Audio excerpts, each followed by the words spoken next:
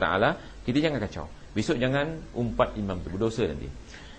Kalau orang dah ada ilmu, bila lihat imam tu baca dengan jahra macam sembahyang Jumaat, baca dengan kuat waktu sembahyang Zuhur, apa yang dibaca? Fatihahnya dan surahnya, kita jangan kacau. Dalilnya cuba lihat. Saya baca lagi sekali. Dalam riwayat Bukhari dijelaskan baginda membaca Al-Fatihah pada rakaat-rakaat tersebut dan kadang-kala menguatkan, menyaringkan suaranya sehingga terdengar oleh makmum. Makmum di belakang tak?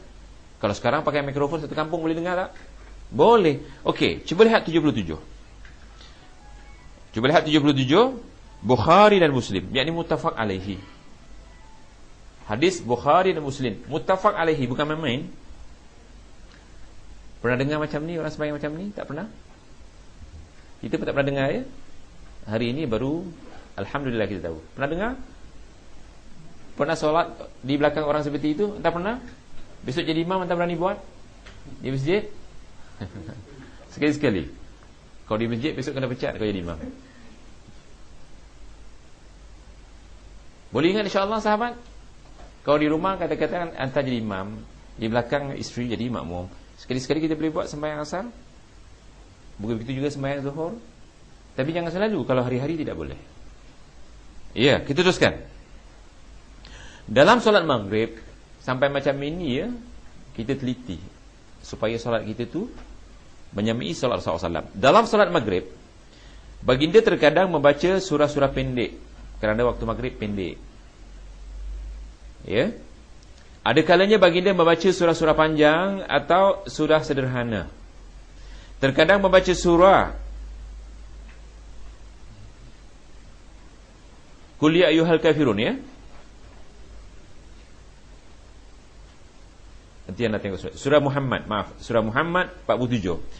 Kadang-kala surah Muhammad 47, kadang-kala membaca surah Ath-Thur 59.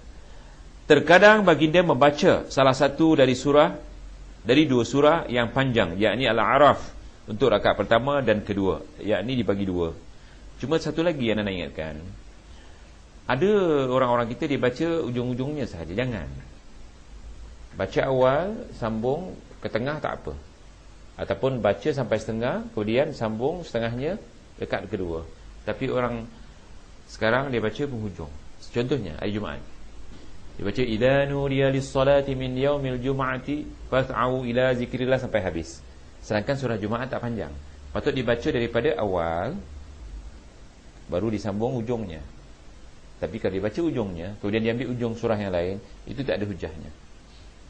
Kalau tak hafal keseluruhan surah yang panjang, kita baca surah yang pendek, apa salahnya? Seperti Sabbihisma rabbikal a'la. Banyak saya dapati orang sunnah buat seperti itu. Orang sunnah yang buat. Jadi itu tidak ada hujahnya. Sekali lagi ya, kita ingatkan jangan buat seperti itu. Terkadang baginda membaca surah Al-Anfal untuk rakaat pertama dan kedua. Rakaat pertama dan kedua, maknanya dibagi dua. Al-Anfal panjang, dibaca separuh, dibaca lagi separuh. Dalam solat sunnah maghrib, sunnah maghrib ada tak qabliyah? Ada qabliyah. Rasulullah SAW tidak pernah melakukannya, tetapi Rasulullah SAW pernah membiarkan seorang sahabat yang sedang solat qabliyatul maghrib.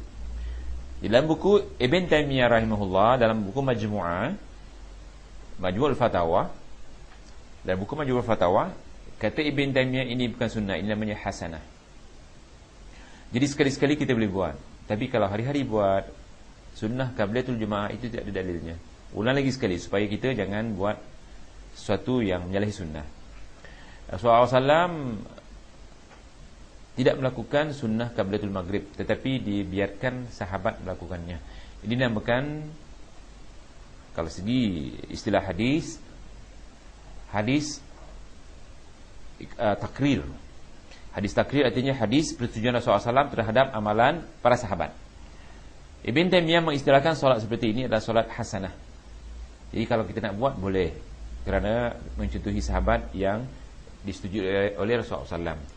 Jadi kalau kita nak sembahyang qablatul maghrib dan ba'diyatul maghrib, terkadang baginda membaca kalau ba'diyatul maghrib surah Al-Kafirun dan Al-Ikhlas. Maksudnya ba'diyatul maghrib baginda di rakaat pertama baca Qul ya ayyuhal kafirun, yang kedua baca apa dia? Surah Al-Ikhlas. Surah Al-Ikhlas. Surah Al-Ikhlas surah apa?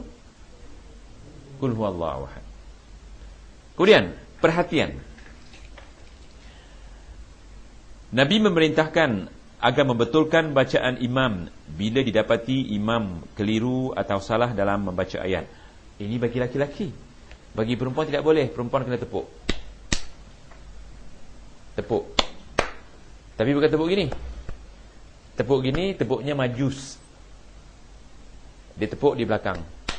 Tepuk seperti ini majus. Apa arti majus? Penyembah berhala. Di Mekah, orang-orang jahiliah dulu sebelum Nabi Muhammad diutus, di antara cara mereka tawaf, mereka bersiul dan mereka tepuk tangan. Agaknya kenapa? Tak tahu ceritanya. Kita boleh lihat dalam tafsir Ibn Kathir, mereka ni percaya kalau mereka nak tawaf, kena beli baju baru. Baju yang dia dah bawa maksiat, minum arak ke, berzinah ke, mencuri ke, cakap bohong, dia cakap baju ni dah bawa maksiat. Jadi dia kena beli baju baru untuk tawaf. Tapi tak semua mampu. Akhirnya dia pergi tawaf tengah-tengah malam, dia bogil. Bogil, telanjang bogil. Oleh kerana bila telanjang bogil, diberi isyarat orang datang jangan bawa lampu. Apa dia isyaratnya? Bertepuk sampai bersiul. Bertepuk bersiul. Jadi orang tahu bahawa banyak orang telanjang tu. Bayangkanlah. Pada masa itu macam-macamlah berlaku bila ramai. Antaranya meraba. Biasalah. Itu ibadahnya orang jahiliah. Makanya kita dilarang man tashabbaha biqaumin fahuwa minhum. Siapa menyerupai satu kaum, jadilah kaum itu. Jadi bagi wanita, kalau imam salah baca, kalau suami jadi imam salah baca, tepuk di belakang. Tepuk macam mana? Di belakang. Jangan tepuk ni. Berapa kali ditepuk, ini masalah. Tapi bagi laki-laki jangan bertepuk. Tepuk itu bagi perempuan. Bagi laki-laki baca apa? Dibetulkan. Bagi laki-laki dibetulkan, bukan menepuk. Kalau hafal, kalau tak hafal, tak boleh buat apa lah. Macam imam semalam dia baca di belakang. Sama ada orang yang ikut solat membetulkan ataupun yang tak ikut solat. Tapi pada masa itu anak jauh. Orang tak ikut solat boleh betulkan. Katakan saya tak ikut solat, imam tu salah, boleh tak saya betulkan? Ya, saya kena betulkan. Tidak semestinya makmum. Boleh faham ini? Itu sebab kenapa kita katakan kalau imam membaca kita kena diam, supaya kalau imam salah kitalah membetulkannya. Tapi kalau sibuk kita baca, kalau imam salah, memang tak ada orang yang betulkannya. Kita teruskan.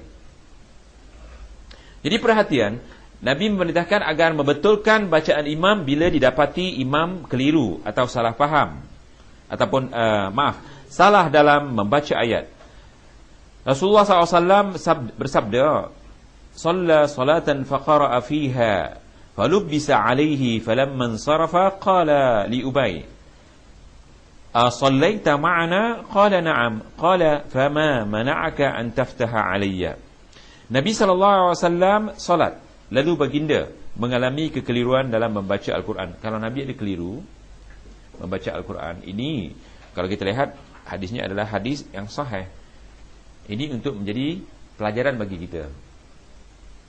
Betul tak? Sebab kita disuruh sallu kama ra'aitumuni usalli. Rasulullah SAW, salat kamu sebagaimana kamu lihat aku salat. Bermakna kalau Rasulullah SAW keliru membaca, disuruh betulkan. Bermakna kalau imam yang bukan Rasulullah SAW keliru baca, bermakna kita juga kena betulkan. Jadi di sini cuba lihat. Kata Rasulullah SAW, Nabi SAW solat, lalu baginda mengalami kekeliruan dalam membaca ayat Quran.